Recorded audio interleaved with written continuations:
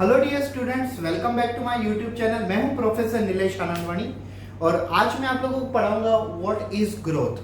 हम सिर्फ ग्रोथ इस टॉपिक के ऊपर डिस्कस नहीं करेंगे, लेकिन हम ग्रोथ को काफी डिटेल में देखेंगे। मैं आपको पूरा का पूरा लेक्चर इंग्लिश टू हिंदी दोनों लैंग्वेज में पढ़ाऊंगा ताकि सभी लोग इजीली समझ सके। ठीक है, आज हम देखने वाले हैं ग्रोथ क्या है। हम देखेंगे ग्रोथ के कितने टाइप्स होते हैं, ग्रोथ की डेफिनेशन देखेंगे, फिर हम देखेंगे फेजेस ऑफ ग्रोथ। उसके बाद हम आखिरी में देखेंगे conditions of growth as well as growth curve, जो काफी इंपॉर्टेंट माना जाता है। हम स्पेशली ग्रोथ इन प्लांट्स देखने वाले हैं, हम बैक्टीरियल ग्रोथ नहीं देखने वाले, हम प्लांट्स के बारे में देखने वाले हैं। So let's start. So first of all, what does it mean by growth? Growth होती क्या है? ठीक है, अगर हम ये सोचे कि कोई पत्थर है, क्या पत्थर ग्रो हो सकता है? नहीं, क्योंकि पत्थर बेसिकली जो है वो नॉन लिविंग मटेरियल है। Yes, stone is like a non living material, but we human beings, plant, animal, bacteria, viruses, we are living organism, so we are showing growth. Yes, see definition. Growth is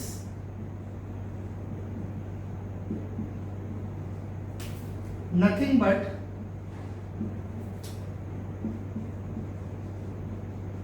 permanent increase in size,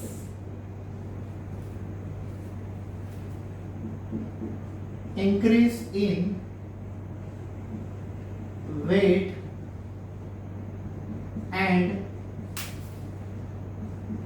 change in shape. This is called growth. Yes, इसको हम कहते हैं growth. देखो, growth में हमें तीन चीजें काफी इंपॉर्टेंट है। First of all, increase in size, size matter करता है। Second one, increase in weight, उसका वेट को हम बेसिकली बायोमास भी लिख सकते हैं। और थर्ड है उसका शेप। तो ये तीनों चीजें काफी इंपॉर्टेंट है, increase in size, increase in weight and change in shape. I'll tell you, suppose there is a one plant and on that plant there is a one branch and just on that branch we have a small leaf. ठीक है, एक plant के branch के ऊपर एक छोटी सी leaf produce होती है। तो स्टार्टिंग में वो छोटी लीफ होगी, लेकिन कुछ टाइम के बाद उसकी साइज बढ़ जाएगी। तो अब ये देखिए, मान लो कंसीडर कीजिए the size of this leaf is 2 centimetre. Yes, just imagine size of this leaf is 2 centimetre and then weight of this leaf is about, you can say, 0.5 ग्राम। इतना भी नहीं होगा, हम एक एग्जांपल लेकर हैं। And you can say shape is, you can say just small. हम ये लिखते हैं क्योंकि लीफ का जैसे शेप अभी है, उसके बाद भी बड़ी होने के बाद भी उसका शेप ऐसा ही रहेगा, लेकिन साइज कम ज्यादा हो जाएगी। ठीक है, तो ये साइज है फिलहाल स्मॉल। तो अब ये देखिए, साइज हमने लिखी 2 सेंटीमीटर। कुछ टाइम के बाद क्या होगा, ये लीफ है ना काफी बड़ी हो जाएगी, और बड़ी हो जाने के बाद इसकी साइज हो जाएगी 4 सेंटीमीटर। वेट विल बी, अगर ये डबल हो गया तो समझ लो 1 ग्राम उसका वेट हो जाएगा। And now it will be the large shape. Correct? So ये क्या हो गई, ग्रोथ हो गई। देखिए, साइज भी बढ़ गया, वेट भी बढ़ गया और शेप भी नियर अबाउट थोड़ा बहुत चेंजेस हो गया। तो ये कंसेप्ट है ग्रोथ। ग्रोथ आप जब भी एक्सप्लेन करते हो, ये तीनों चीजें आपको एक्सप्लेन करनी होती है। क्या? Growth is nothing but increase in size, increase in weight and change in the shape. जो भी मेरे स्टूडेंट्स नीट की प्रिपरेशन कर रहे हैं, उन लोगों के लिए काफी वैल्यूएबल टॉपिक होने वाला है ये वाला लेक्चर। तो स्टार्टिंग से एंड तक कंटिन्यू देखिए। यस, एक भी पॉइंट छोड़िए मत, आगे स्किप करके आगे भी मत जाइए, क्योंकि जो पॉइंट शायद आपको एग्जाम में आने वाला वही शायद आप स्किप करके चले जाओ। तो पूरा वीडियो कंटिन्यू देखिए। तो ये हो गया हमारा concept. Growth is nothing but increase in size, increase in weight and change in shape. ये तीनों की तीनों चीजें हमने यहाँ पे कवर कर ली। तो अब आपके सामने ग्रोथ ये जो कंसेप्ट है वो उसकी कंसेप्ट क्लियर हो गई। अब हम देखते हैं basically how many types of growth are there. So I would like to tell you how many types of growth are there. Let me just erase this. Yes, so how many types of growth are there? Types of growth. So basically there are two main type of a growth. Basically there are two main type of growth. लेकिन अगर आप कभी internet पे देखते हो तो हमें 4 प्रकार की ग्रोथ दिखती है, तो मैं आपको बताता हूं। One is intrinsic growth, second one is extrinsic growth, and two more are also there. You can say limited growth and unlimited growth. अब आप जब भी इंटरनेट पे देखते हो तो आपको ये दोनों दिखती हैं, कभी कभी ये दोनों भी दिखती हैं।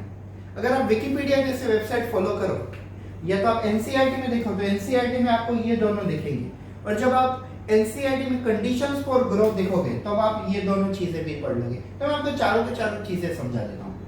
What is mean by intrinsic growth and what is mean by extrinsic growth. Remember, cell division is basically intrinsic growth. It's an example of intrinsic। मतलब क्या होता है, प्लांट के अंदर सेल डिवीजन होता है, प्लांट के अंदर इलोंगेशन होता है, प्लांट के अंदर मैच्योरेशन होता है, सेल बढ़ते जाते बढ़ते जाते बढ़ते जाते, तो वो अंदर की तरफ डेवलपमेंट है ना, तो उसे हम कहेंगे इंट्रिंसिक ग्रोथ। लेकिन ब्रांचेस प्रोड्यूस होना, फ्लावर्स आना, फ्रूट में कन्वर्ट होना, ये सब क्या है, that will be extrinsic growth. You can say organ formation like branches, yes, flowers, fruit, this is basically showing external growth। ये extrinsic growth है, मतलब हमें जो बाहर की तरफ प्लांट में दिखता है वो सब होते हैं extrinsic growth, मतलब external growth। और जो हमें दिखता नहीं है लेकिन अंदर डेवलप हो रहा है प्लांट, उसे हम कहेंगे इंटरनल ग्रोथ या तो इंट्रिंसिक ग्रोथ। अब ये दोनों देखिए, limited growth, unlimited growth. Remember, flower, fruits, ठीक है, and leaf are showing limited growth. आप एक गेसिंग कर लीजिए, मान लो एक प्लांट में छोटा सा फ्लावर आता है तो कुछ टाइम के बाद वो बड़ा होगा, लेकिन उसकी एक लिमिट हो जाएगी, उससे बड़ा नहीं होगा। सेम वे फ्रूट और लीफ में भी ऐसा होता है। लेकिन रूट, स्टेम, ब्रांचेस, ठीक है, ये वाले जो है इनमें आप कभी भी ये नहीं देखोगे, इनमें आप कभी भी लिमिटेड ग्रोथ नहीं देखोगे। स्टेम बढ़ती जाएगी, रूट भी बढ़ते ही जाएंगे। बनियन ट्री देखो आप, अगर बनियन ट्री 50-100 साल पुराना हो गया तो उसकी जड़ें, उनकी रूट इतनी फैल गई होती है, आप इमेजिन भी नहीं कर सकते हो, 100 मीटर तक फैल जाती है, और ब्रांचेस भी प्लांट में काफी फैल जाती है। So this is unlimited growth and this is limited growth. Limited growth in flower, fruit and leaf, unlimited growth in root, stem and branches. I'll tell you one more time. Types of a growth. Basically there are 4 variety of a growth. First is a intrinsic, second one is extrinsic. Intrinsic means cell division is example of intrinsic growth. Plant is undergoing cell division and internally cells are getting produced, they are getting matured, they are getting divided, they are getting functional. So this is internal growth. And plants are producing external organ, like you can say flower, you can say fruit, you can say branches. So external, whatever we are able to see, it is extrinsic growth. Plant is also showing growth related to limited and unlimited. Unlimited growth is found in the root as well as stem as well as in the branches, because these are the 3 organs which can increase whatever in the size. And limited growth is always found in the flowers, found in the fruit, found in the leaf. So this is about the types of growth. Now come to the important things about the growth. I'll tell you first of all phases of growth.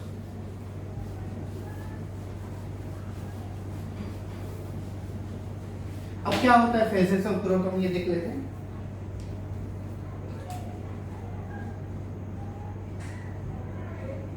Phases of growth. Basically, plant undergo 3 phases of growth. ठीक है, plant undergo 3 phases of growth, and the name of these phases of growth. First one is initiation phase,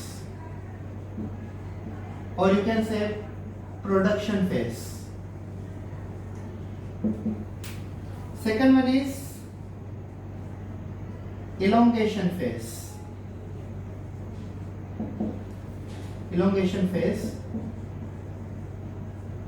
And third one is maturation phase. और it is also called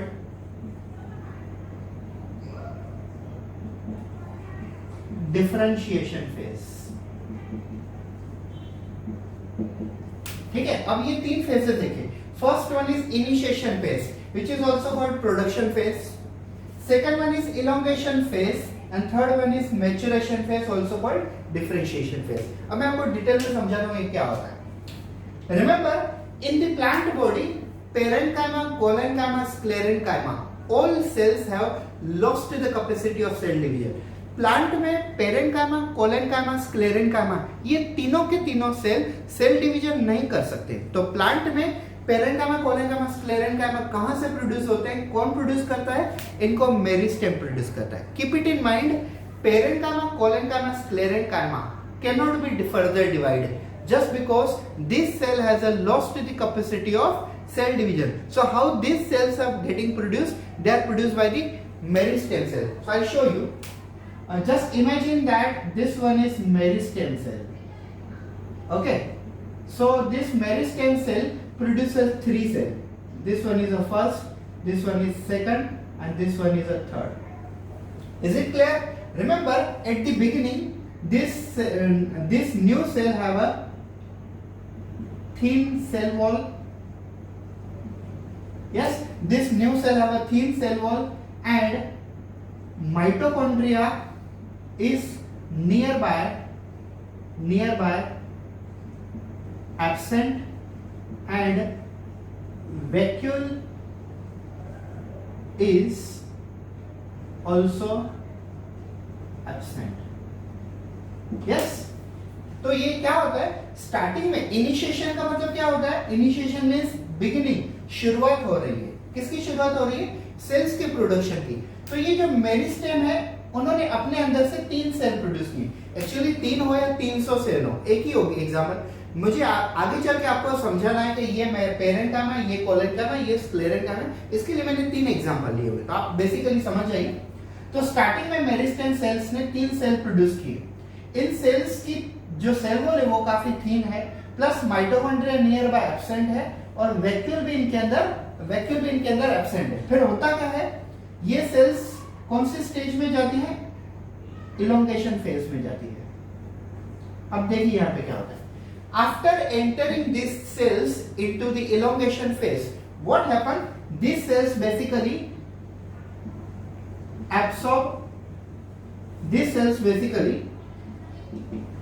absorb nutrient, and after getting nutrient, these cells becomes large in size.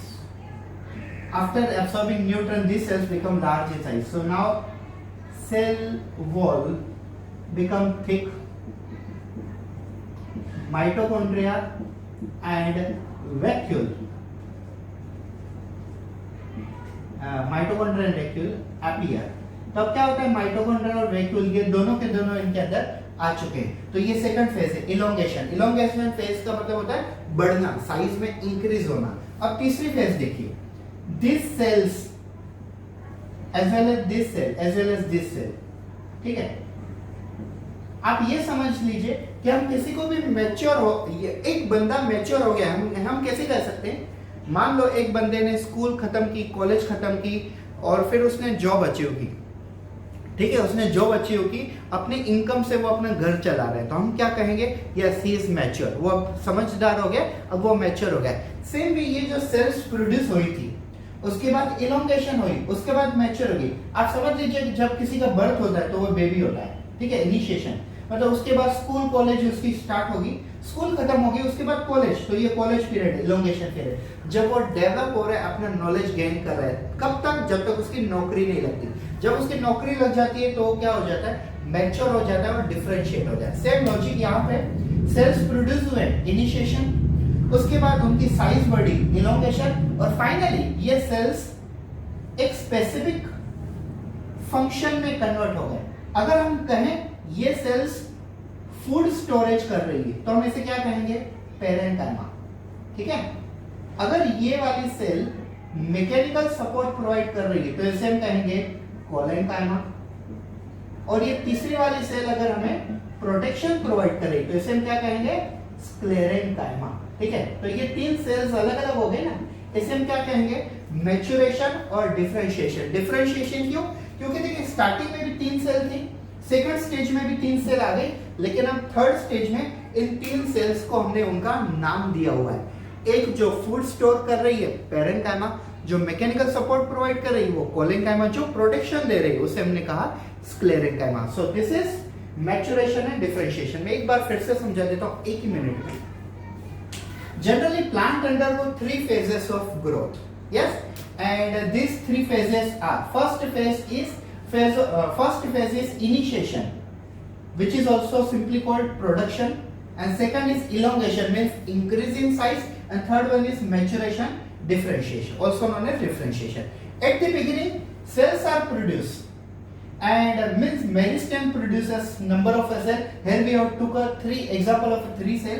All these 3 cells have a thin cell wall, mitochondria is nearby absent, and vacuole is also absent, and then all these 3 cells enter into the elongation phase, where they absorb the nourishment by you can say endosmosis, and after doing endosmosis lots of nourishment enter inside the cell cytoplasm. Cell becomes a mature, and after getting mature these cells are differentiated into their variety according to their function.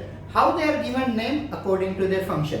अगर कोई बंदा घर का construction कर रहा है तो उसे हम क्या कहेंगे, इंजीनियर, यस, और अगर कोई हेल्थ चेक कर रहा है तो उसे हम कहेंगे डॉक्टर। मतलब ये उन्होंने अपने अपने बेसिकली डिजिग्नेशन, उन्होंने अपने अपने प्रोफेशन के हिसाब से अपनी अपनी डिग्री अचीव की है।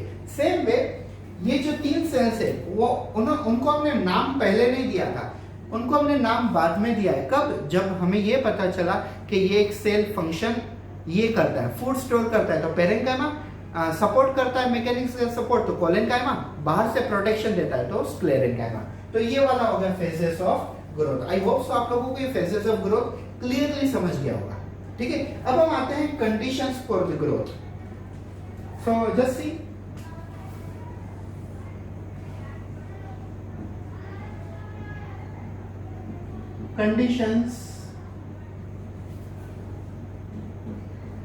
conditions for growth. So I'll tell you, plant basically need 5 important things. Plant basically need 5 important things which is very important for the growth, and these 5 things are, first one is light. Now which kind of light? You can say sunlight. First factor is sunlight. How and what is the purpose? Generally plant need a sunlight just because plants are depending on sunlight for the purpose of photosynthesis. In photosynthesis there are 2 phases, light reaction and dark reaction. And light reaction में क्या होता है, light reaction में basically plant sunlight capture करते हैं और उसी से basically electron बनाते हैं, उसी से basically ATP बनाते हैं। तो light plays very important role as a growth of a plant. Second thing, temperature. How temperature? I'll tell you. Remember मैंने अभी कहा कि प्लांट में 2 फेजेस होते हैं, ठीक है, फोटोसिंथेसिस। एक होती है लाइट रिएक्शन और एक डार्क रिएक्शन। तो लाइट रिएक्शन में क्या होता है, लाइट कैप्चर करके उसमें से एटीपी और इलेक्ट्रॉन बनाए जाते हैं। लेकिन नाइट रिएक्शन में क्या होता है, मतलब डार्क रिएक्शन में जो इलेक्ट्रॉन होते हैं उनका कन्वर्जन ग्लूकोज में होता है, और वो कौन करता है, रूबिस्को नाम की स्पेसिफिक एंजाइम करती है, और रूबिस्को एंजाइम नाइट में ही काम कर सकती है। इसके लिए टेम्परेचर भी काफी इंपॉर्टेंट रोल प्ले करता है, टेम्परेचर ज्यादा नहीं होना चाहिए। Third thing, moisture. Why moisture? Yes, why moisture? अगर प्लांट के अंदर मॉइस्चर नहीं होता है तो प्लांट बेसिकली ड्राई हो जाएगा, और प्लांट ड्राई नहीं होना चाहिए। इसके लिए moisture is very important phenomena, specific when we are talking about conditions particularly. Fourth important thing is what? First is light, sunlight. Second one is temperature and moisture. And you can say yes, light is done related to sunlight. Temperature is done. Moisture is done. Yes, air. Now why air? See, there are different forms of air. Air का अगर pressure ज्यादा है तो plant की growth के ऊपर, उसके ऊपर भी इफेक्ट पड़ता है, ठीक है। और इन केस अगर एयर में ह्यूमिडिटी ज्यादा है तो भी उसके ऊपर प्लांट के ऊपर इफेक्ट पड़ता है। एयर अगर काफी कूल है तो ट्रांसपायरेशन प्लांट के अंदर कम हो जाता है, गटेशन फिर स्टार्ट होता है। So air is also playing important role. And fifth very important thing is what? Water.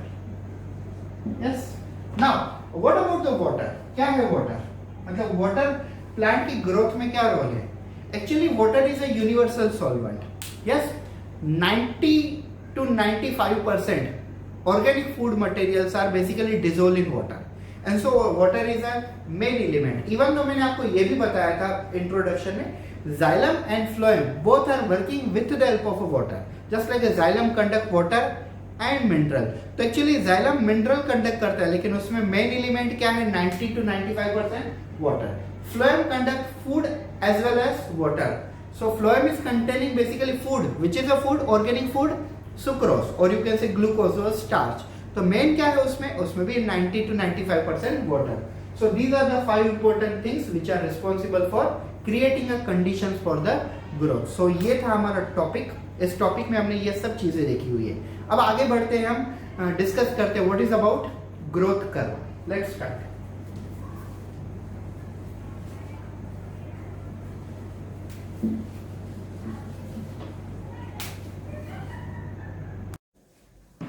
Okay friends, तो अब हम देखते हैं ग्रोथ कर्व के बारे में। ठीक है, एक्चुअली जब हम ग्रोथ कर्व बैक्टीरिया में देखते हैं तो हमें 4 फेजेस होती है, lag phase, log phase, stationery phase, और फोर्थ वन होती है डिक्लाइन फेज। डिक्लाइन फेज मतलब डेथ फेज।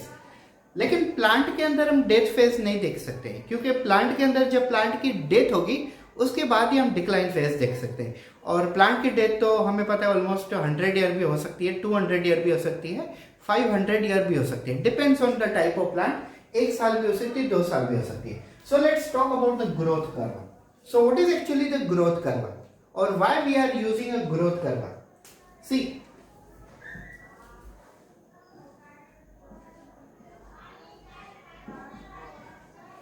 यस, तो अभी ग्रोथ कर्व की डेफिनेशन समझ लीजिए। When growth is plotted against time, it is called growth curve. It is called growth curve. Definition देख लीजिए। Yes, when